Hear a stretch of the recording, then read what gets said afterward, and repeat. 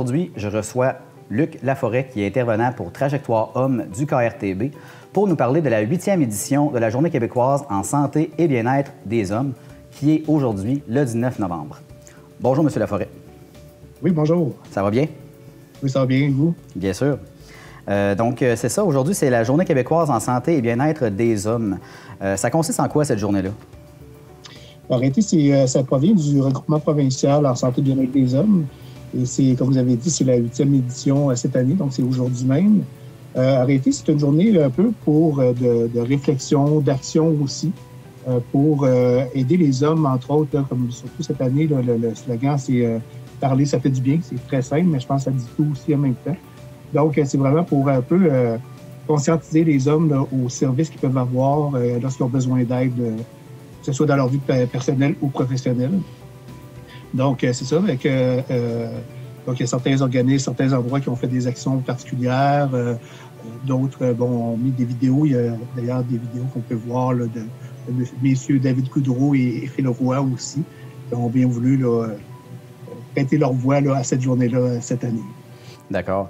On le sait qu'avec la pandémie, la détresse psychologique, la santé mentale en général en a pris un coup pour tout le monde, que ce soit les hommes ou les femmes. Il y a un Québécois sur 8 qui vit de la détresse psychologique sévère. Est-ce que c'est quelque chose que vous ressentez dans votre organisme? Oui, tout à fait. Depuis le début de l'année de 2021, on a quand même eu une très grande augmentation des demandes. Présentement, si je compare à l'année passée, au cours de l'année, à Trajectoire Homme, on avait eu environ 241 hommes là, qui étaient venus là, demander de l'aide. Et présentement, en 7 mois là, de travail, si on peut dire, on est rendu à 259. L'année n'est pas terminée encore. Donc, on a une augmentation environ là, de 80-85 % présentement du nombre de membres. Là. OK. Mis à part la pandémie qui peut créer de l'isolement, qu'est-ce qui peut causer là, cette augmentation-là? Il y a l'isolement. Il y a aussi le fait que, justement, la pandémie, surtout au début, avec le fait qu'on était confinés à la maison, c'est quand même pas évident, autant pour les hommes que les femmes, là, de toute façon, mais c'est pas évident. On se retrouve à la maison, on se retrouve avec la famille beaucoup plus longtemps qu'habituellement, alors qu'on sort travailler, on a d'autres activités. Alors que là, c'était pour la plupart des gens 24 heures sur 24 à la maison. Donc, il y a une détresse aussi qui peut sortir à ce moment-là. S'il y avait déjà malheureusement des conflits, entre autres dans le couple, dans la famille, bien, c'est sûr que ça l'a souvent fait augmenter ces problématiques-là. OK. Et qu'est-ce qui fait qu'un homme, peut-être plus qu'une femme, va attendre avant de montrer justement qu'il a besoin d'aide? Il y a deux choses. Tout d'abord, il y a une méconnaissance des services. Si je parle de services spécialisés pour les hommes, il y en a quand même pas beaucoup. On fait partie d'un regroupement provincial qui chapeaute 31 organismes là, pour le Québec au complet. Si on parle du Bas-Saint-Laurent, on est 2 seulement. Il y a nous et il y en a un autre à Rimouski. Donc, c'est des très grands territoires et peu de services. Bien sûr, oui, c'est le service de santé qui est là également. Là, je parlais plus précisément là, des organismes pour hommes. Donc, il y a cet aspect-là. Et l'autre aspect, bien, il y a quelque chose au niveau des gars qu'on appelle de l'orgueil, qui fait que des fois, les hommes, aller demander de l'aide, c'est pas évident. Dire, bon, oui, tu sais, vraiment lever la main et dire, là, j'ai besoin d'aide, il faut que j'aille chercher quelque chose.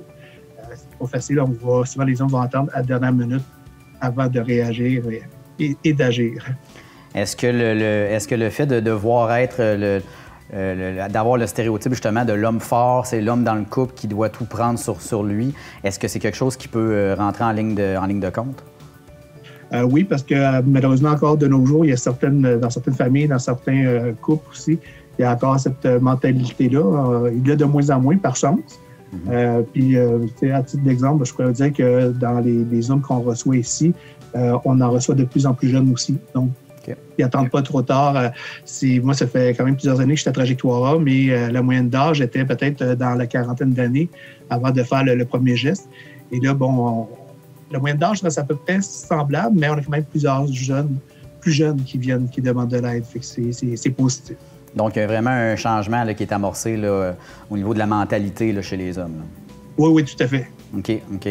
Et pour me parler un peu là, de Trajectoire Homme du KRTB, c'est quoi les services que vous offrez? Oui, bien alors, on travaille auprès des hommes en difficulté en général. Donc, on a un volet hommes qui vivent, comme je disais tantôt, toutes sortes de difficultés, que ce soit autant au niveau personnel que professionnel. On a aussi un volet pour la violence conjugale, donc des hommes qui, malheureusement, utilisent des comportements violents au niveau conjugal et familial également. Donc, ce qu'on offre, c'est bien sûr suivis individuels. Il y a des suivis de groupe aussi qui se font, donc des groupes d'entraide.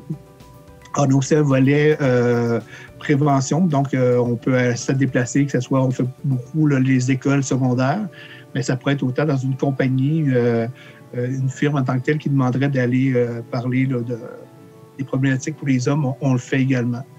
Et on est en train de développer aussi, là, c'est pas encore officiel, on est en train de développer un service pour les adolescents qu'on va mettre sur pied éventuellement.